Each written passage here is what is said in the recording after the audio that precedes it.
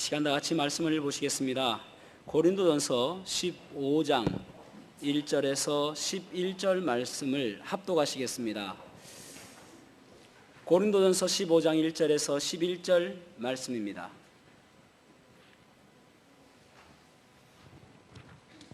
고린도전서 15장 1절에서 11절 말씀입니다. 고린도전서 15장 1절에서 11절 말씀 합독하겠습니다. 시작. 형제들아, 내가 너희에게 전한 복음을 너희에게 알게 하노니 이는 너희가 받은 것이요 또 그 가운데 선 것이라. 너희가 만일 내가 전한 그 말을 굳게 지키고 헛되이 믿지 아니하였으면 그로 말미암아 구원을 받으리라.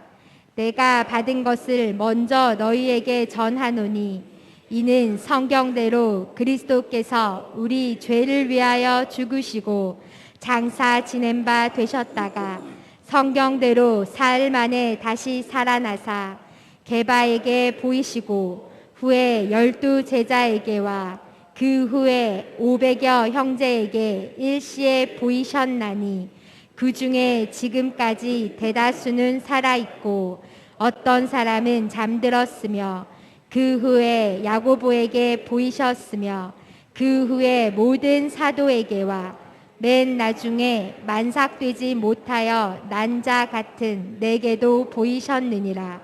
나는 사도 중에 가장 작은 자라. 나는 하나님의 교회를 박해하였으므로 사도라 칭함받기를 감당하지 못할 자니라. 그러나 내가 나 된 것은 하나님의 은혜로 된 것이니 내게 주신 그의 은혜가 헛되지 아니하여 내가 모든 사도보다 더 많이 수고하였으나 내가 한 것이 아니요 오직 나와 함께 하신 하나님의 은혜로다. 그러므로 나나 그들이나 이같이 전파하매 너희도 이같이 믿었느니라. 아멘. 아멘. 착석하시겠습니다. 세상에 살다 보면은 자기 눈에 보이는 것만 믿고 또 아는 것만 진실인 것처럼 생각하는 사람들이 있습니다. 사실은 눈에 보이지 않는 것도 상당히 많이 진리가 있고 진실이 있음에도 불구하고 보이는 것에 고집을 피우는 사람들이 있습니다. 그러한 이야기가 있죠. 하루살이가 있었는데 하루살이와 매미가 어느 날 같이 재밌게 놀았습니다. 그럼 매미가 이제 하루살이가 이야기했죠. 야, 너무 재밌다. 내일 또 만나자 라고 이야기하니까 하루살이가 내일이 뭐야? 물어보는 것이죠. 매미가 내일에 대한 설명을 아주 잘 해줍니다. 조금 있으면 어두워지고 그리고 또 이제 동쪽에서 태양이 떠오르면 찬란한 하루가 시작될 거야. 그때가 내일이다. 그런 게 어딨어? 그리고 욕하고 떠나버렸습니다. 또 매미가 이제 혼자 놀고 있는데 제비를 만났습니다. 제비하고 재밌게 며칠을 놀았습니다. 이제 날씨가 점점 추워져 가니까 제비가 이제 매미에게 이야기했습니다. 야, 추워져서 안 되겠다. 내년에 또 만나자 라고 이야기했습니다. 그러니까 매미가 내년이 뭐야? 라고 이야기하는 것이죠. 그래서 제비가 조금 있으면은 추운 겨울이 올 것이고 그 겨울이 지나고 난 다음에는 저 언덕에 아지랭이가 피어오르며 또 들판에는 꽃들이 만발하게 될 거야. 그때가 봄인데 그때가 내년이야. 야, 그런 게 어딨냐? 매미가 또 욕하고 가버렸습니다. 여러분, 세상 살아보면 그런 사람 참 많습니다. 그죠? 눈에 보이는 것만이 진실인 것처럼. 그런데 우리가 이 땅에 살아가면서 우리는 어떤 믿음으로 가지고 살아야 될 것인가? 오늘 부활절인데 참 부활절이라는 것은 우리에게 참 의미 있는 날입니다. 우리가 가장 중요한 절기가 뭐 어떤 것이 더 중요하고 덜 중요하다고 말하기는 좀 그렇지만은 우리에게는 부활절과 성탄절이 제일 중요하지 않을까 생각을 해봅니다. 어쨌든 부활절은 참 중요하죠. 아브라함은 부활신앙을 가지고 살았던 사람이라고 할 수 있죠. 그 히브리서 11장 17절에 보면은 아브라함은 시험을 받을 때 믿음으로 이삭을 드렸으니 그는 약속들을 받은 자로 돼 그 외아들을 드렸느니라. 그에게 이미 말씀하시기를 내 자손이라 칭할 자는 이삭으로 말미암으리라 하셨으니 그가 하나님이 능히 이삭을 죽은 자 가운데서 다시 살리실 줄로 생각한지라. 아멘. 아브라함은 하나님께서 이삭을 바치라고 했습니다. 그런데 그 이삭을 하나님께서 분명히 이삭을 통해서 씨앗을 후손을 창대케 해주신다고 하셨는데 지금 죽으면 어떻게 되느냐? 아니 분명히 이삭이거든요. 이삭 1, 이삭 2가 있는 게 아니잖아요. 이삭밖에 없단 말입니다. 그런데 드린단 말이죠. 왜 그런가? 아마 하나님께서 다시 살려주실 거야. 이삭은 하나밖에 없으니까. 그 믿음이 있었단 말입니다. 그래서 아브라함은 그 부활신앙을 가지고 살았던 사람이었기에 믿음이 조상이 되었던 것이고, 그런 부활신앙이 없었던 눈에 보이는 대로 살았던 사람이 그 롯과 같은 그런 사람입니다. 그래서 롯은 소돔과 고모라에서 멸망의 도시에 살았던 것이죠. 여러분, 우리가 이 땅에 살아가면서 부활신앙으로 살아야 되는데, 오늘 본문의 말씀을 통해서 부활신앙으로 살아야 합니다. 부활신앙으로 살아야 합니다라는 제목으로 말씀을 나누겠습니다. 그러면 첫 번째로는 부활신앙은 어떻게 부활신앙을 가질 수 있는가, 우리가 어떻게 부활신앙을 가질 수 있는가를 보도록 하겠습니다. 여러분, 성경은 사실이고 역사적인 사실이라고 우리는 보아야 됩니다.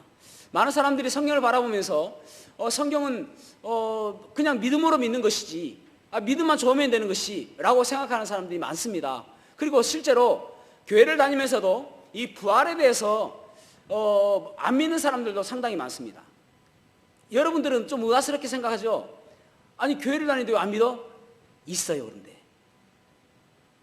그 핑클의 성유리 씨의 아버지가 성종현 교수인데, 장신대 교수입니다. 장로교 신학대학의 교수입니다. 구약학 교수인데, 이분이 독일에서 신학을 하고 왔거든요. 독일에는 많은 사람들이 자유주의 신학에 물들어 있습니다. 그러니까 성경을 실제 역사적인 사실로 바라보지 아니하고 이것을 그냥 신화로 보는 사람들이 상당히 많습니다. 예를 들어서 막달라 마리아와 또 마리아가 이제 거기 여인들이 예수님의 빈 무덤에 갔지 않습니까? 부활하신 예수님 무덤. 그런데 그 빈 무덤이 예수님 무덤 아니다라고 이야기하는 거예요. 예수님 무덤 바로 옆에 거 봤다. 그렇게 이야기를 합니다. 그러니까 이것을 믿음으로 바라보는 것이 아니라 성경의 모든 것들을 이성적으로 해석하려고 하다 보니까 신화로 보는 것입니다. 그래서 실제로 있었던 일이 아니다라고 보는 것이죠. 그런데 이 성종현 교수가 이 구약학을 공부하고 여기 한국에 와서 처음에는 구원받지 않은 상태에서 그것을 가르치는 거예요, 학생들한테. 그러다가 예수님을 만났습니다. 놀라운 일이죠.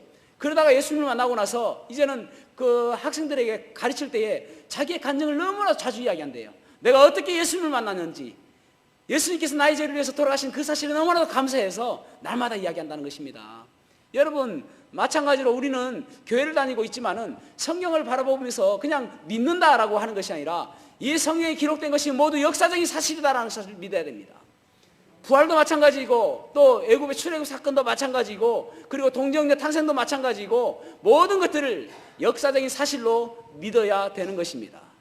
오늘 본문의 말씀을 보면은 예수님께서 부활하신 이후에 12제자에게 나타나시고 또 500의 형제에게 나타나셨다라고 말씀하고 있습니다. 그리고 제일 마지막으로 만삭되지 못한 그 자와 같은 참 부족함이 많은 이 가장 작은 자라고 하는 바울에게도 나타났다라고 말씀하고 있습니다. 그런데 여러분, 여기 12제자에게 나타나셨는데 12제자들은 참 비겁하고 겁이 많은 겁쟁이들이었습니다. 그래서 예수님께서 십자가에 달려 돌아가실 때에 모두가 도망치고 또 베드로는 예수님을 부인하기까지 하며 그리고 결국은 모두가 자기의 원래의 직업대로 다 돌아갔지 않습니까? 그러니까 그만큼 겁쟁이가 되었단 말입니다. 그때 많은 핍박이 있을 때 도망칠 것 같은. 그런데 그들이 전환점이 있습니다. 그러니까 그 예수님의 제자들은 다 순교했거든요.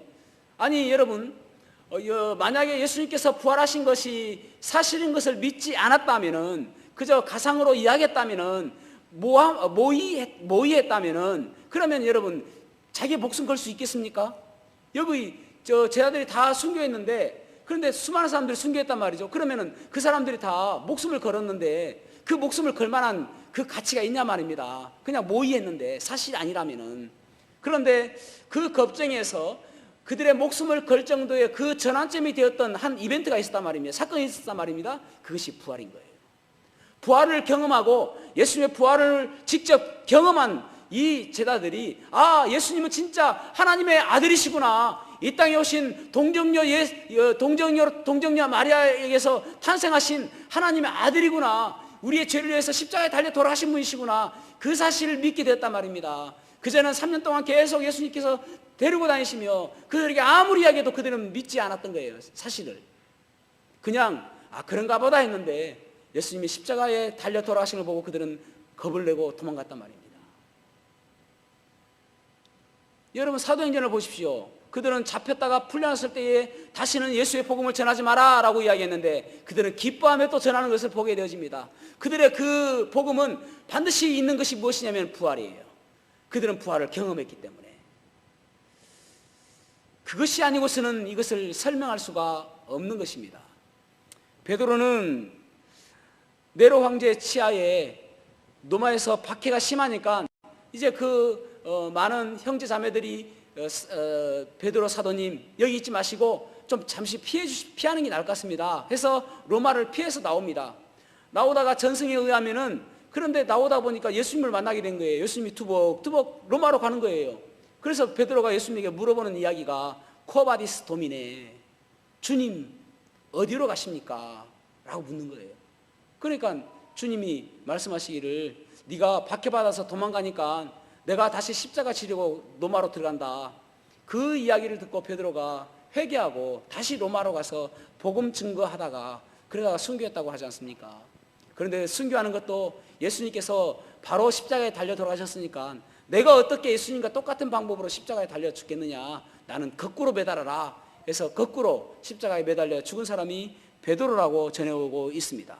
그리고 베드로의 형제였던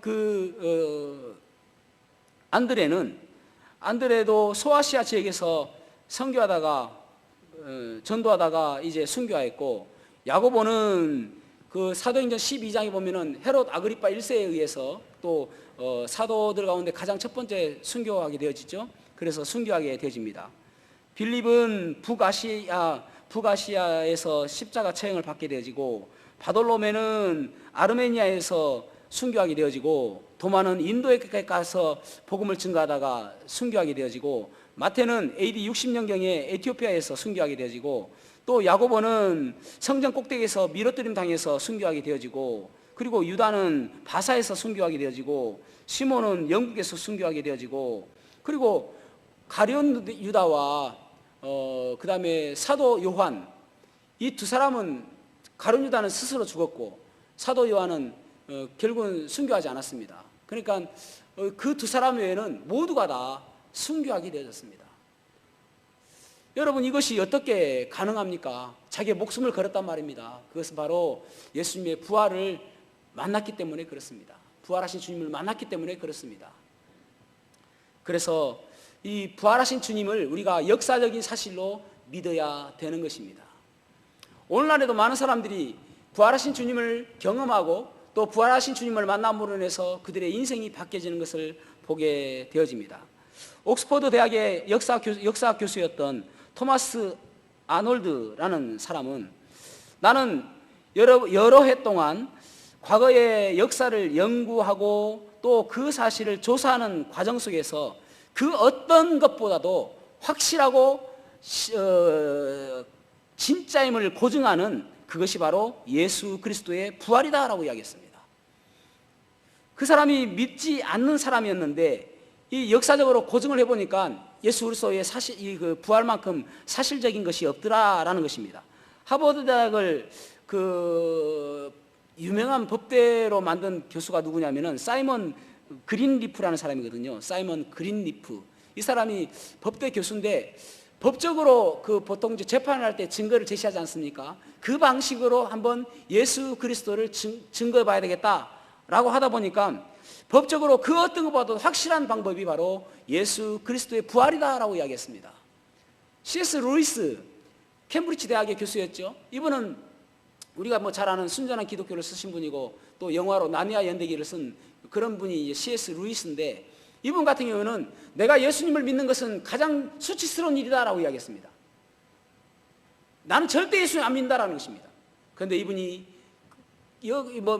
역사적으로 보고 또 옛날 일들을 다 둘러보고, 그래서 내가 예수님이 가짜라는 것을 내가 증명해 보이겠다라고 하다가 예수님께서 부활하신 것을 실제로 알게 되어지고, 그러면서 그곳에 회개하게 되어지면서 그가 예수님을 영접하게 되어집니다.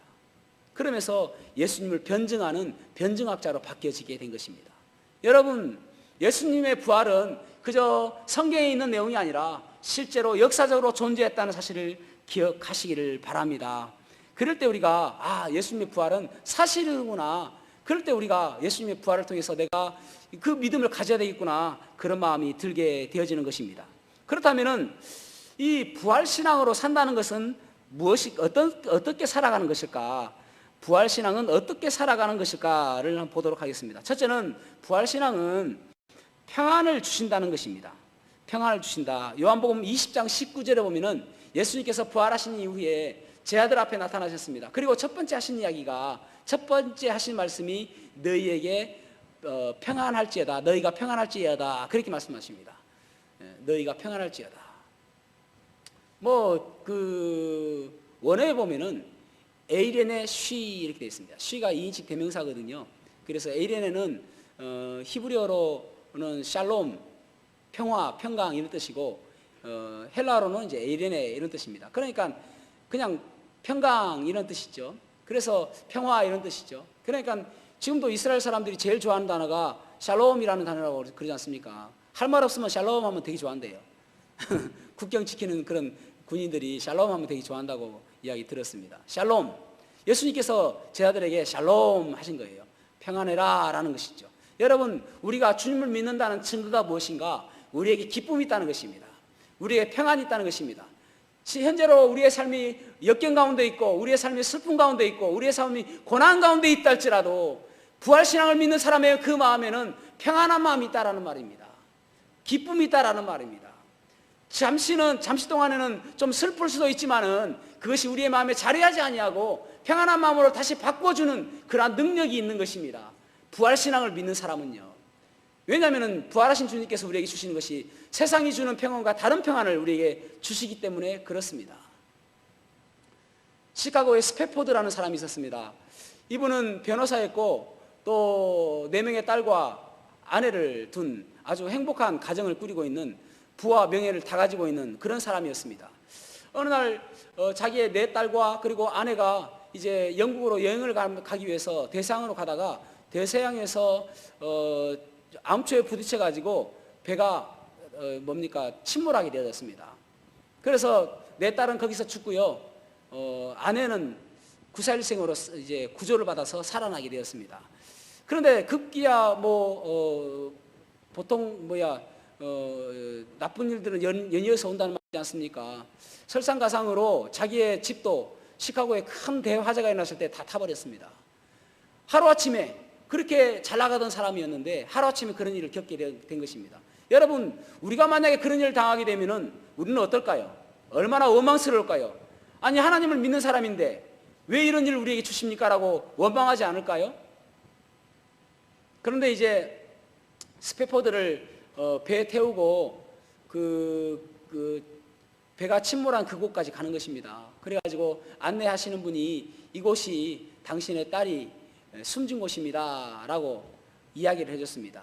그러자 그가 펜을 들고 쓴 찬양이 내 평생에 가는 길 순탄하여 늘 잔잔한 강 같든지 큰 풍파와 어둡고 어렵든지 나의 영혼은 늘 편하다. 내 영혼 평안해. 내 영혼 평안해. 여러분, 주님을 믿는다는 것은, 부활신앙을 갖고 있다는 것은 무엇을 의미하냐면은 여러 환경들이 나쁘다 할지라도 그 마음이 평안한 마음으로 바뀌어지는 것입니다. 그래서 이 평안함이 우리 안에 자리 잡고 있어야 될 줄로 믿습니다. 두 번째로는 부활신앙을 가지면은 우리가 어떻게 되어지는가? 우리를 이기게 하시는 주님을 우리가 경험하게 되는 것입니다. 우리를 이기게 하신다. 여러분, 우리가 부활신앙을 갖게 되어지면은 모든 환경 속에서 이기는 능력을 갖게 되어집니다. 고린도전서 15장 57절에서 58절을 보십시오.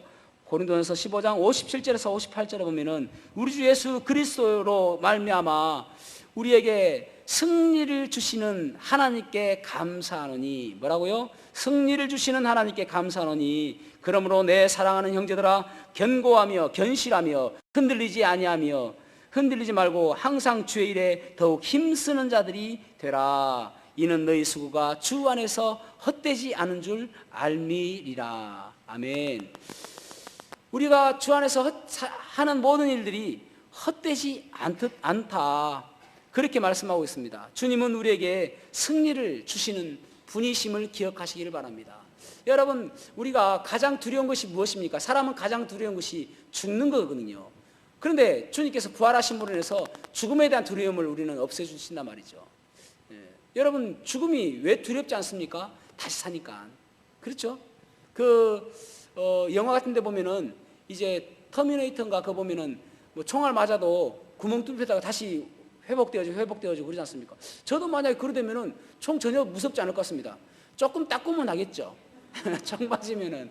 그런데 다시 살아나는데 뭐가 두렵습니까? 그런데 우리는 실제로 다시 살아나잖아요. 요한복음 11장에 보면은 이제 마리아와 마르다의 오라비 나사로가 죽은 사건이 나오죠.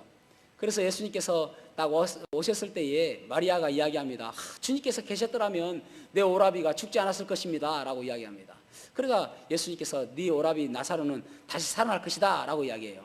그러니까 마리아가 또 이야기하기를 주님께서 부활하실 때에, 그러니까 주님께서 우리를 살리실 때에 다시 부활할 줄로 믿습니다. 그러니까 마지막 날 주님 만났을 때 부활할 것을 이야기하는 것이죠. 이야기합니다. 그러니까 예수님께서 뭐라고 이야기하시냐면은 요한복음 11장 25절에서 26절에 보면은 예수께서 이르시되 나는 부활이요 생명이니 나를 믿는 자는 죽어도 살겠고 무릇 살아서 나를 믿는 자는 영원히 죽지 아니하리라. 이것을 네가 믿느냐? 그렇게 말씀합니다. 그러니까 결국은 주님께서 말씀하시는 것은 죽어도 살고 살아서 나를 믿는 자는 영원히 죽지 아니한다. 그렇게 말씀하고 있는 것입니다. 사랑하는 성도 여러분, 죽음에 대한 두려움이 없다면 이 세상에 살아가면서 두려울 것이 없는 것입니다. 고린도후서 4장 7절에서 10절 말씀 읽어보겠습니다. 고린도후서 4장 7절에서 10절 말씀 시작. 우리가 이 보배를 질그릇에 가졌으니 이는 심히 큰 능력은 하나님께 있고 우리에게 있지 아니함을 알게 하려 함이라. 우리가 사방으로 우겨쌈을 당하여도 쌓이지 아니하며 답답한 일을 당하여도 낙심하지 아니하며 박해를 받아도 버림바 되지 아니하며 거꾸러뜨림을 당하여도 망하지 아니하고 우리가 항상 예수의 죽음을 몸에 짊어짐은 예수의 생명이 또한 우리 몸에 나타나게 하려 함이라. 아멘. 아멘.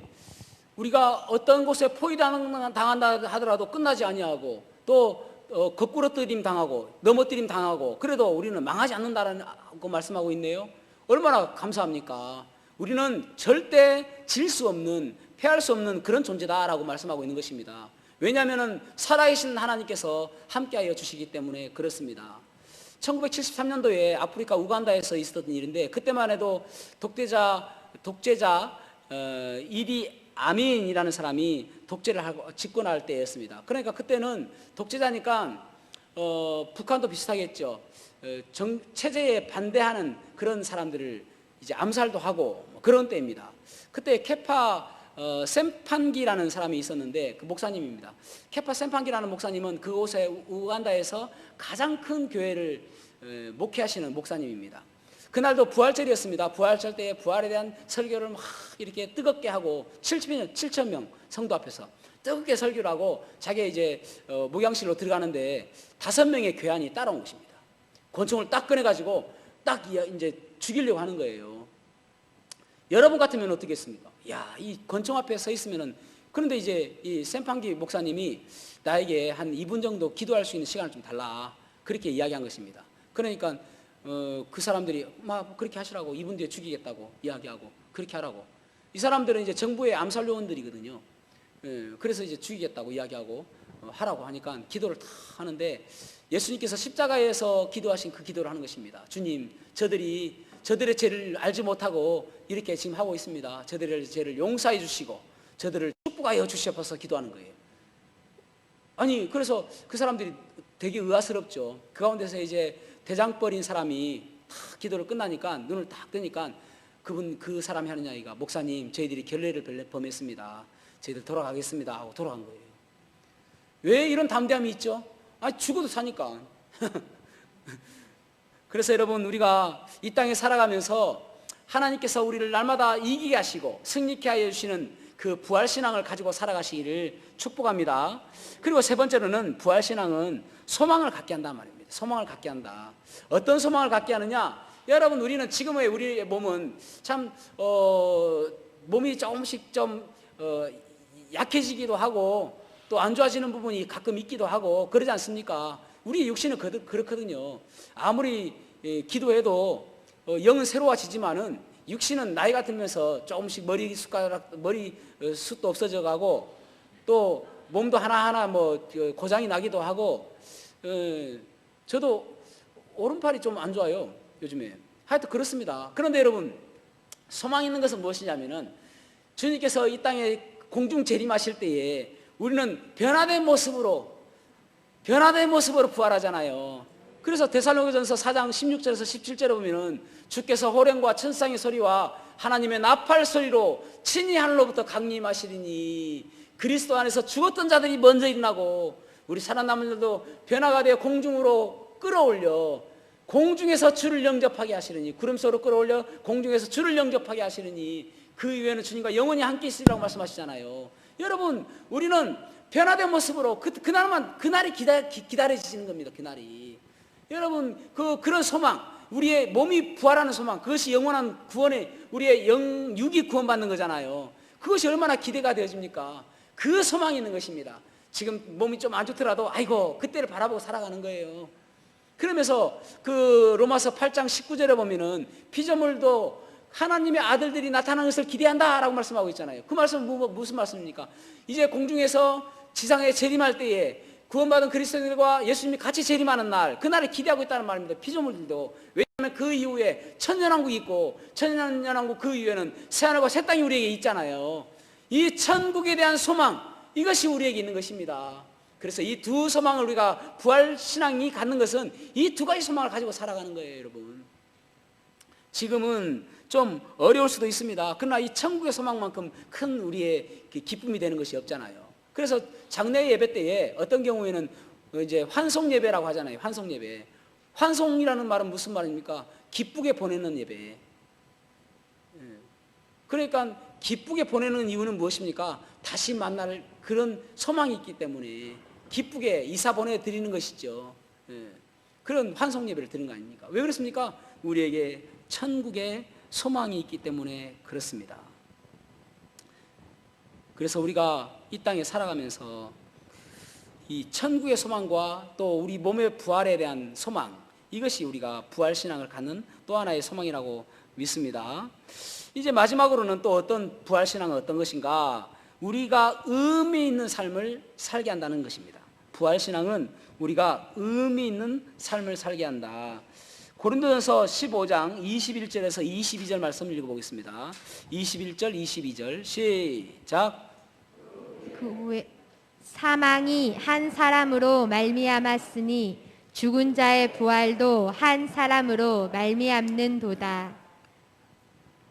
아담 안에서 모든 사람이 죽은 것 같이 그리스도 안에서 모든 사람이 삶을 얻으리라. 아멘. 아멘. 우리가 다 죽었지만은 그리스도 안에서 새로운 삶을 살게 되었다라고 말씀하고 있습니다. 그래서 우리가 지금 살아가는 것은 내가 무엇을 위해 살 것인가? 예전에는 나를 위해서 살았지만은 이제는 그리스도를 위해서 살아가는 인생이 되어야 된다라고 말씀하고 있는 것이잖아요. 그래서 여러분,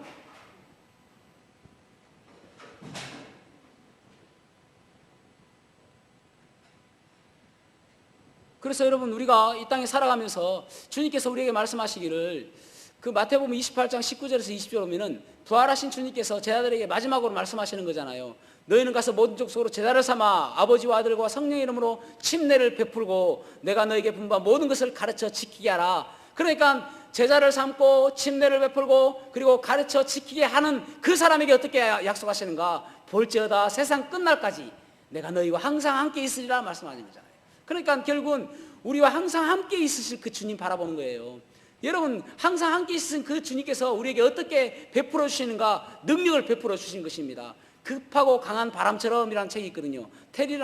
멜 테리라는 분이 썼는데 이분은 원래 이제 모스크바 대학에 가서 공부를 하려고 하다가 이제 어느 한 섬에 머물렀는데 그 섬에서 하나님의 부르심을 받게 되어집니다. 그래서 모스크바로 가는 것을 포기하고 하나님의 일을 위해서 쓰임받는 인생이 되어지거든요. 근데 거기 보면은 놀라운 기적들이 엄청나게 많이 나옵니다. 예를 들어서 주의 만찬을 하는데 포도즙이 포도주로 확 바뀌어버리는 거예요. 기도했는데 또 음식이 좀 부족했는데 기도하니까 음식이 엄청 많이 나오고 오병이의 기적이 나타나는 것이죠. 또 어떤 경우에는 그 가브리엘이라는 아이가 있는데 가브리엘이라는 이 아이는 눈이 안 보이고 귀가 들리지 않고 말을 하지 못하는 삼중고를 앓고 있는 거예요. 그런데 하나님께서 딱 기도하니까 얘가 눈이 보이고 귀가 들리고 말을 해버리는 거예요. 이런 기적들을 베풀어 주십니다. 왜요? 하나님의 일을 하는 사람들의 기적을 베푼다니까요. 볼지어다 내가 세상 끝날까지 너희와 항상 함께 있다고 말씀하신 그 주님께서 함께하여 주신단 말입니다. 그러니까 우리가 앞으로 무엇을 해야 되는가? 주님께서 원하시는 일을 하는 거, 그게 의미 있는 일입니다. 그때 주님께서 우리에게 능력을 베풀어 주시고 그리고 필요한 힘을 주시고 필요한 것들을 베풀어 주신단 말입니다. 그래서 여러분 우리가 로마서 6장 3절과 4절 오늘 침례식이 있는데 침례가 하는 말씀이죠. 로마서 6장 3절과 4절을 같이 한번 읽어보겠습니다. 시작. 무릇 그리스도 예수와 합하여 침례를 받은 우리는 그의 죽으심과 합하여 침례를 받은 줄을 알지 못하느냐. 그러므로 우리가 그의 죽으심과 합하여 침례를 받음으로 그와 함께 장사되었나니 이는 아버지의 영광으로 말미암아 그리스도를 죽은 자 가운데서 살리심과 같이 우리도 또한 새 생명 가운데 행하게 하려 함이라. 아멘. 아멘. 우리 그리스도인의 삶은 어떻게 하는가? 어떤 삶인가? 그리스도와 함께 죽고 그리스도와 함께 사는 것입니다. 다시 한번요. 그리스도인의 삶은 그리스도와 함께 죽고 그리스도와 함께 사는 것입니다. 그래서 우리가 이 땅에 살아가면서 무엇을 하는 것보다도 중요한 것이 그리스도와 함께 살아가는 것. 여러분 바울 사도도 나는 날마다 죽노라라고 고백하지 않습니까? 그러니까 우리가 죽는 것은 맞습니다. 그렇지만 죽어서 끝나는 게 아니에요. 어떻게 살아가느냐가 더 중요한 것이죠. 연세대 세브란스 병원에 이희대 교수라는 분이 계셨는데 이분이 이제 1976년에 의사가 되어집니다. 전문의가 되어지거든요. 그러면서 이제 주로 이 사람은 암 전문입니다. 암 전문. 그러다가 이제 1989년부터 1991년까지 2년간 미국 국립암센터에 가서 공부를 하고 옵니다.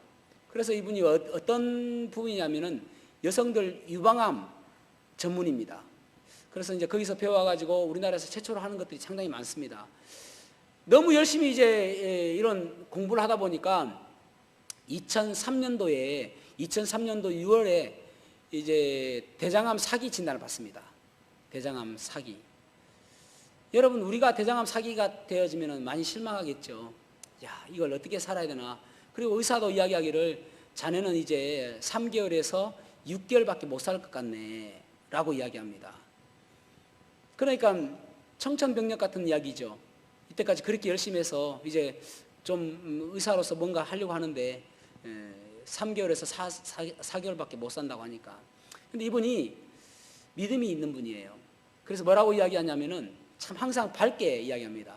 암이 내게 허락도 없이 내 집에 들어와서 전세로 살고 있다네. 암이 내 집에 허락도 없이, 나한테 허락도 없이 내 집에 들어와서 전세로 살고 있어. 이렇게 이야기를 자주 하시는 분입니다. 근데 이분이 인터뷰를 하는데 뭐라고 이야기하면은 내가 암 걸린 것보다도 내가 암 걸린 것이 참 감사한 것은 내가 암 걸리기 전에는 하나님을 그냥 미션 스쿨에 다녔거든요. 그래서 하나님을 그냥 알고 있었는데 구원받지 않은 거예요. 인격적으로 만나지 않은 것입니다. 그래서 내가 암 걸린 것 때문에 예수님을 나의 구주로 영접한 것이 너무나도 기쁘다. 그래서 암 걸린 것이 너무나도 감사하다라고 이야기해요. 왜 그렇습니까, 여러분? 이 땅에 살아가는 것이 다가 아니고 결국 우리가 영원한 세상에서 살아야 되는데 그것은 구원받는 것이 중요한 이야기잖아요. 그래서 이분이 그렇게 이야기하는 것입니다. 그래서 이제 이분이 2003년도 6월 달에 그 대장암 사기 진단 받고 결국은 2013년 5월 16일 날 천국으로 갔습니다. 그러니까 10년을 산 거예요, 10년을. 그러면서 사람들에게 이야기하기를 참 나는 감사하게 살고 간다라고 이야기하는 거예요. 왜 그렇습니까? 부활신앙을 믿으니까. 그래서 여러분 어떻게 사는 것이 더 중요한 것입니다. 플라톤이라는 사람에게 한 그 친구가 물어봤답니다. 그 플라톤 아시죠? 철학자. 그 헬라 철학의 뭐 대부라고 교부라고 할 정도로 그 플라톤이 그 평생 역작이 무엇이냐면은 대화라는 역작이 있다고 합니다. 대화. 그래서 친구가 물어봤습니다. 여보게, 자네는 평생 역작이니 대화를 통해서 한마디로 정의한다면은 무엇이라고 요약할 수 있겠나? 무엇이라고 요약할 수 있겠나? 라고 물어봤습니다. 그래서 플라톤이 뭐라고 이야기냐면은 나는 매일 죽는 연습을 하며 사는 것, 나는 매일 죽는 연습을 하며 사는 것이 중요하다고 생각하네. 이것이 요약입니다. 나는 매일 죽는 연습을 하며 사는 것. 여러분, 그런데 여러분 우리는 그리스도인은 죽는 연습을 하며 사는 사람들이 아닙니다. 죽는 연습을 하는 것도 고귀한 삶이죠. 왜냐하면 오늘이 마지막인 것처럼 살아가고 오늘 지금이 마지막인 것처럼 살아가서 지금 이 시간 최선을 다해 살아가는 거 아닙니까? 그런데 그리스도인의 삶은 그게 아니란 말입니다. 그리스도인의 삶은 갈라디아서 2장 20절에 보면은 내가 그리스도와 함께 십자가에 못 박혔나니 그런즉 이제는 내가 사는 것이 아니오 오직 내 안에 그리스도께서 사시는 것이라. 그러니까 죽는 것은 내가 그리스도와 함께 십자가에 못 박힌 것까지는 죽는 거예요. 그런데 여기서 끝나는 것이 아니라 부활하신 주님을 힘입어서 살아가는 것, 그 부활하신 주님을 힘입어서 살아가는 것, 그것이 그리스도인의 삶이어야 되는 것입니다. 그리스도인의 삶은 부활하신 주님과 함께 살아가는 것입니다. 그래서 때로는 힘들고 어렵다 할지라도 부활하신 그 주님을 바라보고 소망 가운데 살아가고 지금은 슬프다 할지라도 그 부활의 소망을 가지고 살아가는 것, 그것이 그리스도인의 삶인 것입니다. 저와 여러분이 참 지금은 다 어려운 시기라고 이야기합니다. 그렇지만 우리에게 있는 이 부활신앙을 가지고 주님 만날 때까지 승리하며 살아가는 그런 복된 삶 사시기를 주님의 이름으로 축복합니다. 기도하시겠습니다.